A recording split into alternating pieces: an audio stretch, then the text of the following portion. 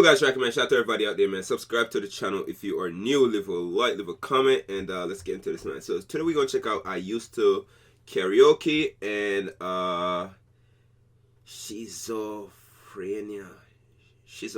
I'm not sure what that word means, man. To ruin Japan in Yakuza 7, man. So should be a very interesting video. Shout out to the people that's been asking me to react to this, man. Shout out to Reggie.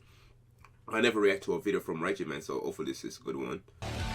Yakuza Like a Dragon. Alternative title, Yakuza, this game would be a lot shorter if we killed people, is the digital manifestation of an identity crisis. Because at one moment, you could be helping a sick child collect donations, and the next, you're firing a rocket launcher into a crowd of peaceful protesters. Similar, you play bro. as Eric Andre, an ex-Yakuza on a personal crusade to depopulate the world of Japanese men in suits, which is okay, because you are canonically schizophrenic. That's not a joke, it's a game mechanic, and it allows for a wide variety of strange and intoxicating interactions. But we're not the only neurodivergent king on these streets. In fact, there's a whole cast of deranged lunatics all competing to become the dominant psychopath. Can we navigate criminal organizations and corrupt political parties, or will they send us back to a padded cell? There's only one way to tell, so let us begin. The first character we're introduced to is Masumi Arakawa. Allow me to summarize his childhood. Cross-dress for money. Commit a series of stabbings. Here's a necklace made of currency. Now your mother steals it, threatens to kill you, and then cuckolds your dad. But hey, at least he offers to take you out for dinner. And today's special is gun. Whoa. Worst of all, he ate it all without you. Truly traumatizing. But that was all 30 years ago, and now Arakawa is a Yakuza patriarch in the Tojo clan, and also our boss. We are Ichiban Kasuga, a low-level Yakuza whose entire existence is dedicated to taking a nearly lethal amount of L's. But it's alright, because sometimes we do cool shit too, like giving this man brain damage for looking too much like Owen Wilson.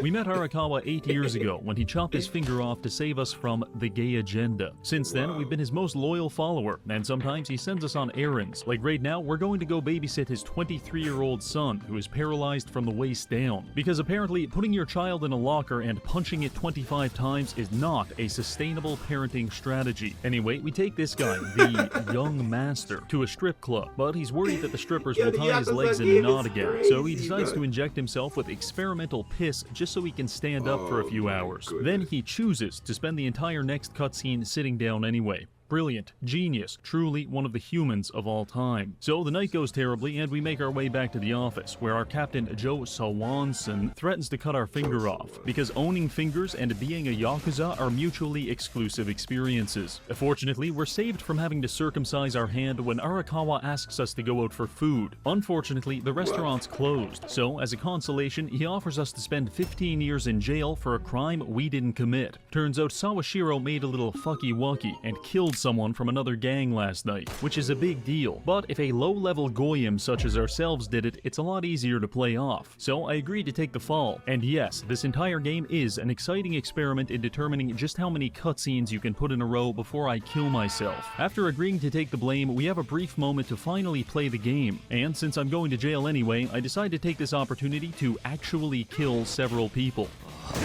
Alright, now we can turn ourselves in. Who knows, maybe we'll even beat the allegations. Guilty. Okay, so we're in prison, and all the other Asians are jealous of how efficiently we assemble chopsticks. It doesn't take long before they start beating us up.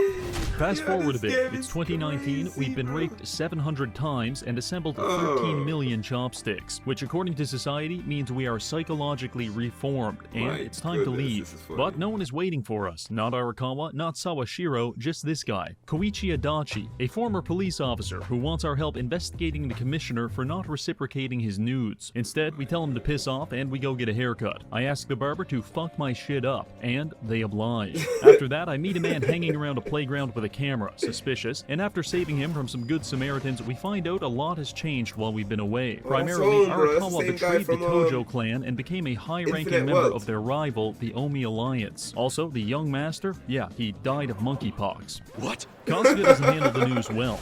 So we decide to team up with Adachi and infiltrate an Omi Alliance meeting to confront Arakawa. We track down this meeting and take our time carefully, quietly, professionally sneaking past all of the security, eventually making our way to the that meeting working room. on. Well, except Adachi. He stays behind to fight a helicopter or something. We proceed into the meeting area only to find Sawashiro, who is displaying an unusual form of gratitude after we spent 18 years assembling chopsticks for him. But 22 haymakers and 1 hand grenade later, he was on his ass. Now finally, we can confront Arakawa, our boss, Kasuga's father figure, and see what all of this is about. It doesn't go well. We regain consciousness in a pile of garbage, which is a humbling wake-up call usually reserved for members of the crystal meth community, but I guess we should be grateful to be alive. This man, this hobo, if you will, saved our life. His name is Namba, and he's homeless, which means he does quirky things like breathing on women and pushing people into traffic. But he's also a nice guy and explains a few things to us. First of all, we're in a different city now. We started in Tokyo, but we're currently in Yokohama, which is controlled by the Ijin 3, a collection of Chinese, Korean, and Japanese mafias. Think of it like Neapolitan ice cream, but with Asians. And while a confectionery made out of Asian men wasn't on my 2024 wish list, it's at least working in our favor, because these factions are reluctantly cooperating with each other to keep the Omi Alliance out of the city. Since we've got nothing else to do, we set out to learn the art of making money from a man who has no money. We start by scavenging coins, but that's cringe, Namba. The real man recycles, because here in Japan, recycling is a matter of life and death. You get this shitty little bicycle and go around town collecting cans. However, you're not the only crackhead trying to make a buck. Kill the competition. Now, steal all of their cans and flee the scene. Just watch out for the garbage trucks. We can then exchange our recyclables for very terrible items and a handful of cockroaches. This minigame is kind of not worth it, but if for some reason you feel a deep emotional need to get an S on every level, then congratulations, you're now a Yakuza fan. After that, we head back to our garbage house just in time to be extorted by Zheng, a member of the Liumang Mafia. For my fellow Guailos, that's Chinese. I am a courageous man, so I hide in a cardboard box, but that doesn't work so well. Hey, how's it going? And after being discovered, I decide to partake in a classic Japanese pastime, exacerbating racial tensions. Namba starts by using pigeons to literally eat this man alive, while we target Zheng and spam our only ability, brain damage. After physically annihilating these guys, I make sure to shit-talk them until they're on the verge of tears. Do you ever shut the fuck up? Eventually, they leave, and we find a counterfeit bill in my pocket. I don't know where it came from, but someone must have put it there after I was shot. Foreshadowing as a narrative device. After all that, we head to Hello Work to try and find a job. Unfortunately, not many places are hiring convicted murderers, so we're shit out of luck. To make matters even worse, this alcoholic guy keeps calling us losers, so we beat him to death. Impressed by how effectively we just broke that man's jaw, the manager of Hello Work decides to give us a chance, and he sets us up with a job at a local brothel. I was hoping this would be the start of a sex work minigame, but instead we spent the entire next cutscene cleaning cum out of all of the bedrooms. And just as I'm about to eat one of the tissues, we get interrupted by a bunch of incels. This is Bleach Japan. They like to protest cool things like being poor and getting your dick sucked at a brothel. Anyway, we scare them off with a bucket of semen, but that's not the last we'll be seeing of them. Foreshadowing as a narrative. The owner of the brothel was thankful for all of our hard work, so she offered to let us live in one of her spare rooms. Finally, a good night's rest. Psych. This thing is $300. Just lube it up.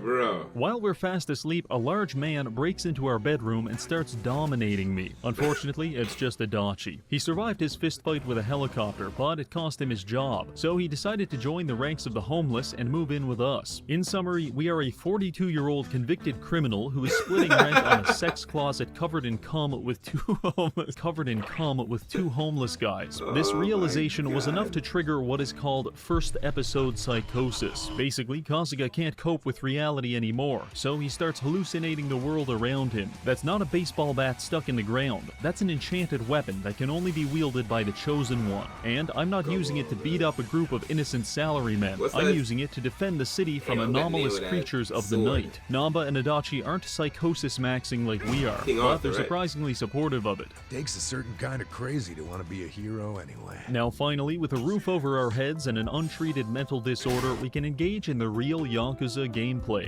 Sub-stories. Small self-contained quests where you come to realize you're actually one of the more normal people in the city. There's a total of 52, so let's go through a few real quick. First things first, encounter a man being robbed for his baby formula. That's unusual, I thought to myself as I beat his attacker into a coma. Time to investigate. Holy shit, we've just stumbled upon a Yakuza baby gang, and they're not too happy with us. But much like real babies, they display a profound weakness to flamethrowers and blunt force trauma. After pacifying them, we bond over the shared experience of fatherhood. And that's exactly when they say the words that no grown man wants to hear. Boys, get this man a diaper. Moving on, take a walk down the street.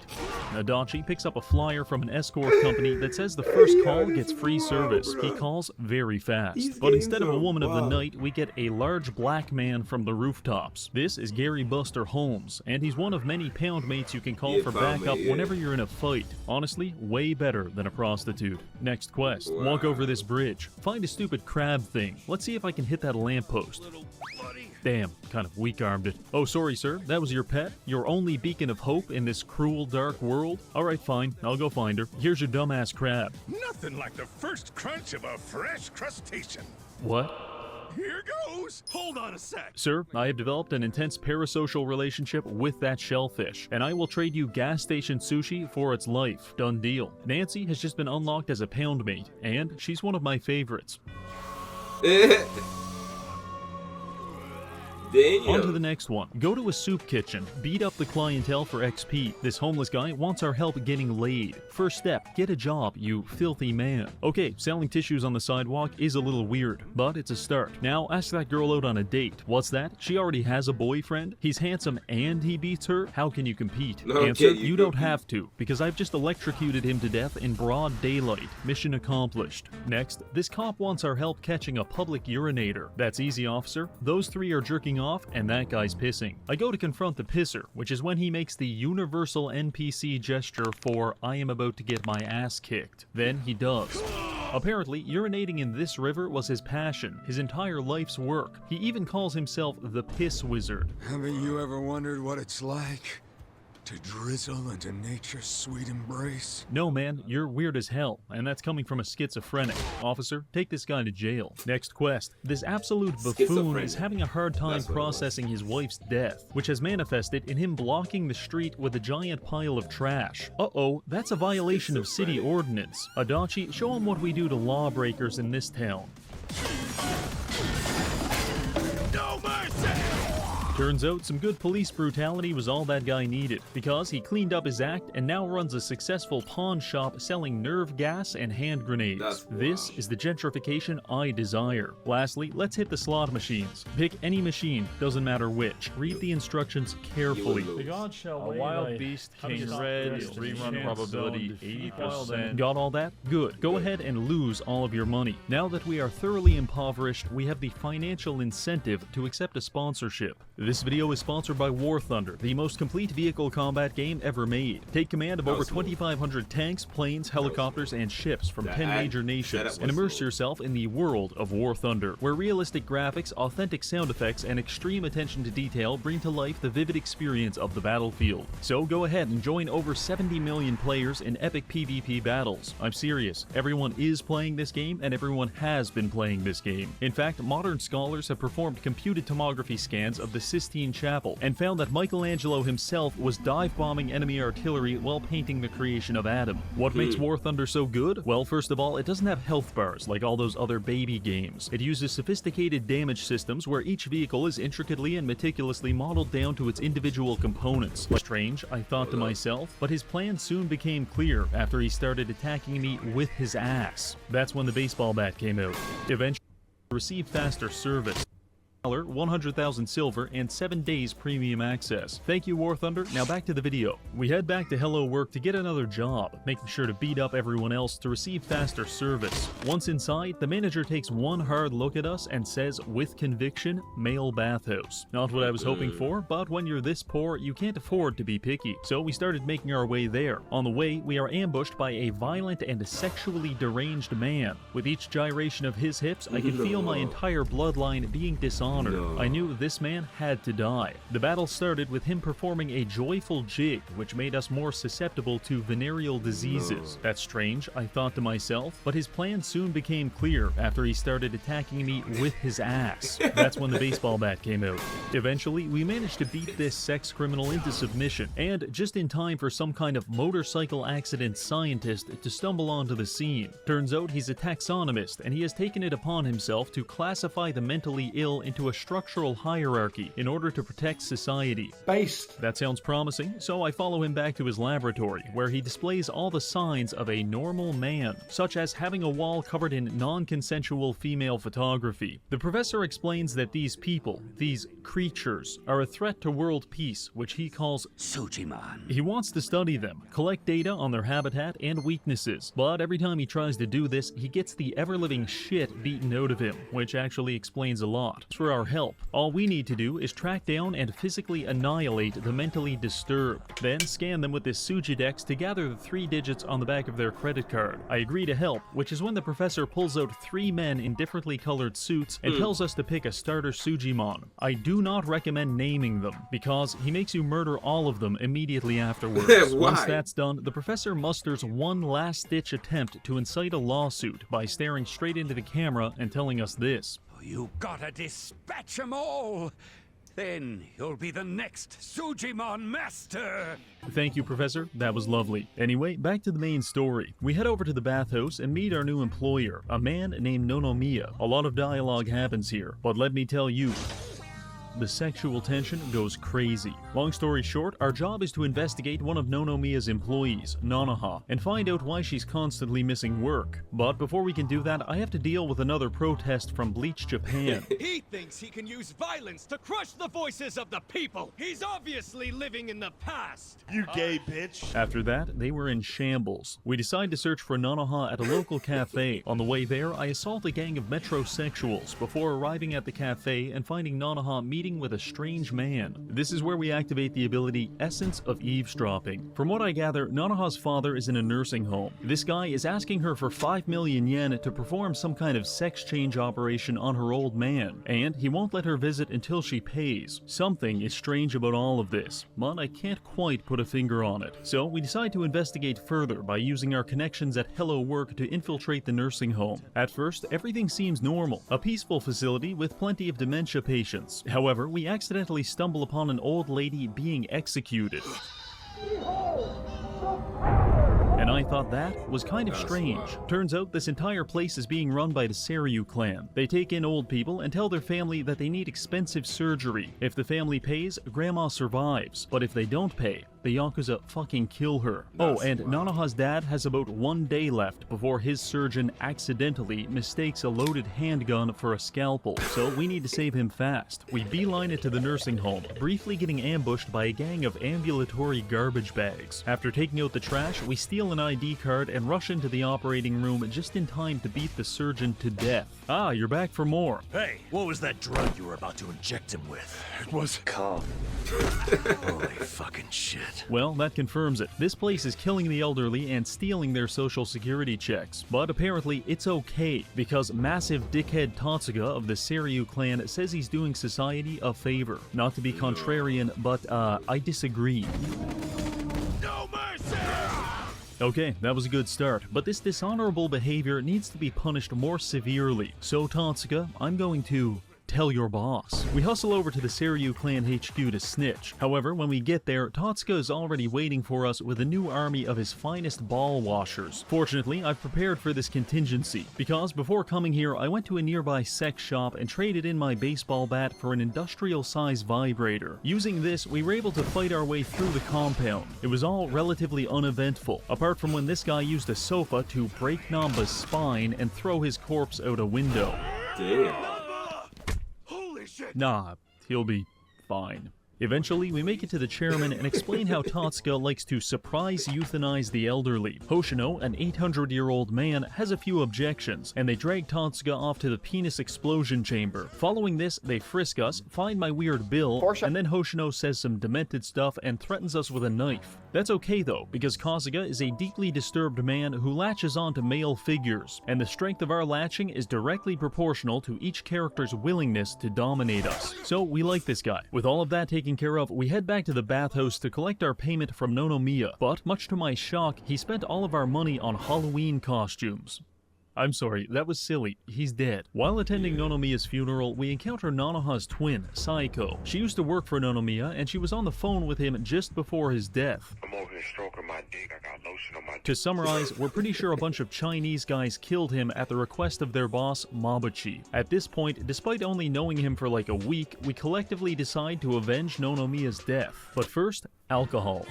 We head to the bar, where the game attempts to introduce us to the new age concept of caring about other people's thoughts and feelings, because we now have access to the bond mechanic. And in order for our party members to reach their fullest potential, we have to pretend to be interested in their personal lives. What's that, Psycho? Your sister's boyfriend wants her to become a prostitute? That is terrible. Now shut up and put on this dominatrix outfit. Speaking of which, I should probably introduce the job system. For the first few chapters, we got to play such exciting classes as freelancer and homeless guy. But now we've got better options. For example, Saiko can be a night queen, Kasuga can be a breakdancer, and most importantly, Namba can be a eunuch. Anyway, with all of that taken care of, we set out to search for Mabuchi, beginning in Restaurant Row. It's like Chinatown, but poorer.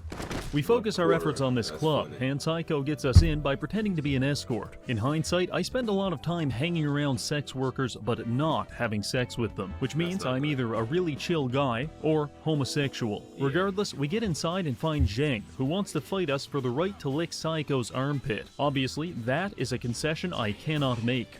So I call in a favor from a friend who emits a brain-melting frequency and incapacitates our enemies, thus allowing me to practice my drive on Zheng's testicles. After that, we press him for information and he tells us Mabuchi has a shipping warehouse that we might be able to find him at. So we head over to Hello Work, which for some reason still hasn't banned us after we killed all of our co-workers at that last job. Long story short, they get us a gig at the warehouse, and we start tomorrow. So, in preparation, I decide to have a topless cutscene with Saiko. It's me. I'm the topless one. And my god, are we ever ripped. I take this opportunity to let Saiko know that she is firmly in the buddy zone, and the only people that get to touch this body are my longtime subscribers. Unfortunately, Bleach Japan interrupts my Sigma grind set for the third time in a row. Did you all see that? This thug's showing us his true colors! Alright, good. I think he's dead. Time to go to work. We head over to the warehouse and find out the Liumong are using it to import and print counterfeit money. And when we try to steal some for evidence, they really don't like that. Oh, they blew everything We up. awake 5 hours later in what appears to be an Amazon break room. And much like an Amazon break room, we are chained to the ceiling and stabbed for not meeting productivity quotas. This man forcing me to suck his fingers? Yeah, that's Mabuchi. He admits to going behind his boss's back to kill Nonomiya and lure us into his territory. Now he's going to frame us as members of the Seiryu clan and use our transgressions to justify a turf war. It's not looking good, but just as Adachi is about to experience a traditional Birmingham hello, this Korean guy saves him and lets us out of our restraints before running away. I don't know why he did that, but I do know I'm going to headbutt this minimum wage employee until one of us is dead. After that, we began our escape, which involved us killing an entire ecosystem of deranged sewer people. It went a little like this.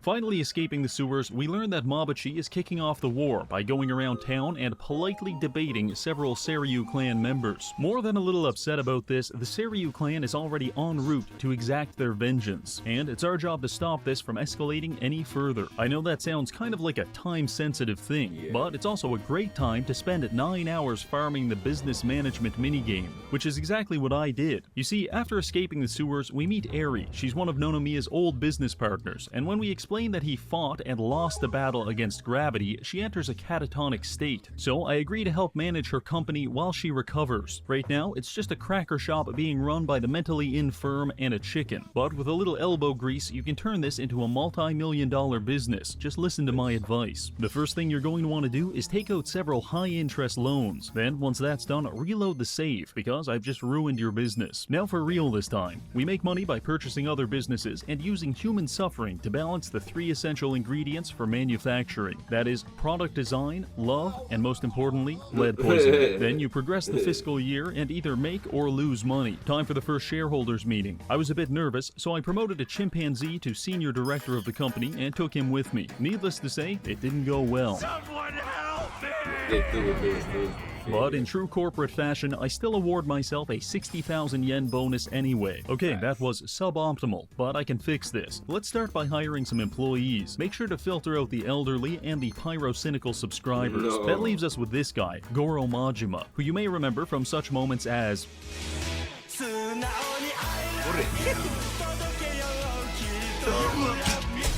Honestly, I think that's exactly what we need to turn this company around. So hire Majima and use him to browbeat your shareholders into submission by calling them retarded until they give up. Congratulations, you've just graduated from the sweatshop classification. Buy businesses, more businesses, even more businesses, more shareholders, more meetings. Shut up, ma'am, you're fat. New office, bribe the government. Corporate tax, never heard of them. Then film an ad where you smile at children. Congratulations, you're now making 400 million yen per month, and you're the #1 holding firm in the entire city. You might look at all of this and say, Reggie, you've compromised your morals. To that I respond, maybe. But for a brief moment in time, we created a lot of value for the shareholders, and that is a beautiful thing. Now let's bankrupt the entire company by spending 5 billion yen on mental health counseling for a chicken. It's finally over. And as the dust settles, one might ask themselves, why did we do that? Well, the novice entrepreneur might assume we did it for the 15 million yen, and the rookie investor might believe we did it for the ability to beat homeless people to death with a wad of cash. But they're both wrong. I spent 8 hours grinding that minigame so that the next time a schizophrenic man ambushes me on the street and tries telling me about the government listening device in his prostate, I can terminate that conversation by doing this. Let's get nutty! Yeah. Wait, someone in the palm, mate? Damn. No, Essence Orbital Laser. No way. No freaking way. Why? That's overkill, man. Damn, for the 3 dudes? Alright, where was I? Oh yes, the turf war. We head to the Liamong HQ where we meet their leader, Zhao. This guy is Mabuchi's boss, and if your first impression of him is, wow, this character design is giving me cancer, then I'd have to say, welcome to the club. I tell Zhao that he's being deceived by Mabuchi, and that this war is complete bullshit, but I don't think we convinced him. Luckily, there might be someone else who can. The Koreans. So we head to the Korean district, which is renowned for its exposed electrical lines, unique architecture, and masked men who want to kill you. I cannot imagine how embarrassing it must be to die from this attack. These are members of the Komijul, the Korean Mafia, and after mutilating them with a sledgehammer, participating in a photography minigame, and performing high-level platforming, we finally made it to their leader, who shows us proof of Mabuchi being an absolute dickhead. And they also let us in on a little secret. They're the ones counterfeiting money. But that's not all. Turns out Namba isn't actually homeless. He's just been following us to get closer to the Koreans because they kidnapped his brother. I consciously choose not to care about this and decide to help him escape. I mean, how hard can it be? We just have to beat up this K-pop guy.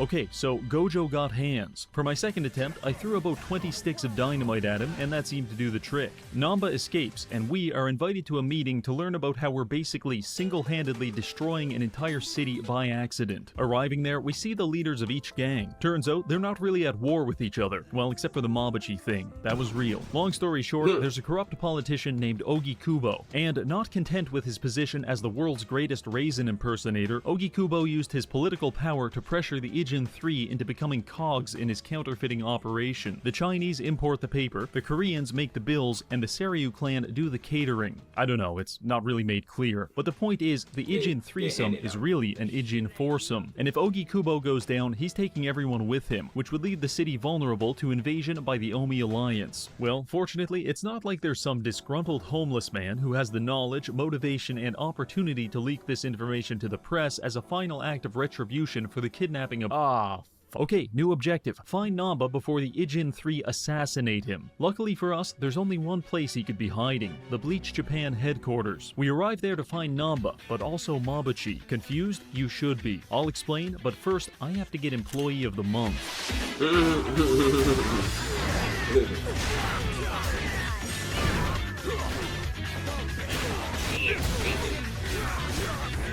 Yeah, this game is ridiculous.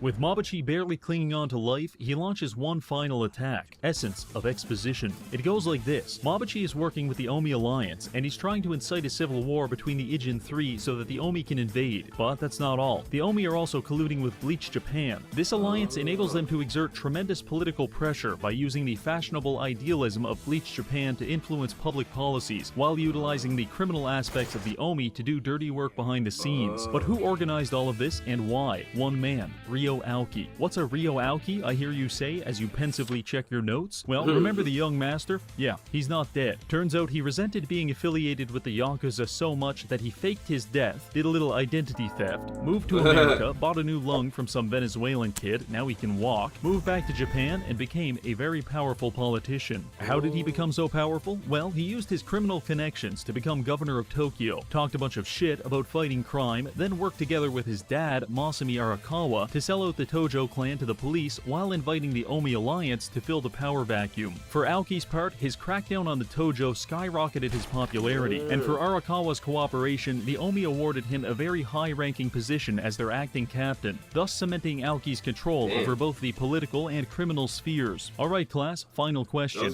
Why did he do this? This is gonna sound silly, but remember when that stripper rejected him at the start of the game? Yeah, call that a formative moment, because now he basically wants to take over Japan so that people will finally think he's cool and hookers will have to stop bullying him. There's more layers to that, but for the sake of time, Ryo Aoki bad. The only thing stopping Aoki so far has been our decrepit friend Ogi Kubo. He's in the same political party as Aoki, and he's been blocking Aoki's political maneuvers. But with Rat Namba snitching on us and Mabuchi causing a mutiny in Ijincho, Aoki finally has everything he needs to launch a full-scale invasion. In fact, the invasion starts tomorrow. Oh,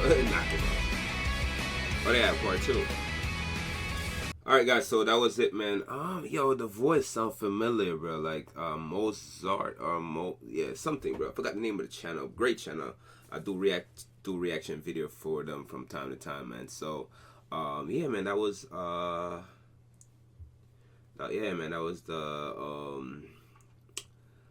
Yakuza 7 video from Reggie, man. So shout out to Reggie again. Link will be in the description. Check out my playlist for Yakuza, man. For everything Yakuza, subscribe, leave a like, leave a comment, share the video. And with that, man, your boy's out of here.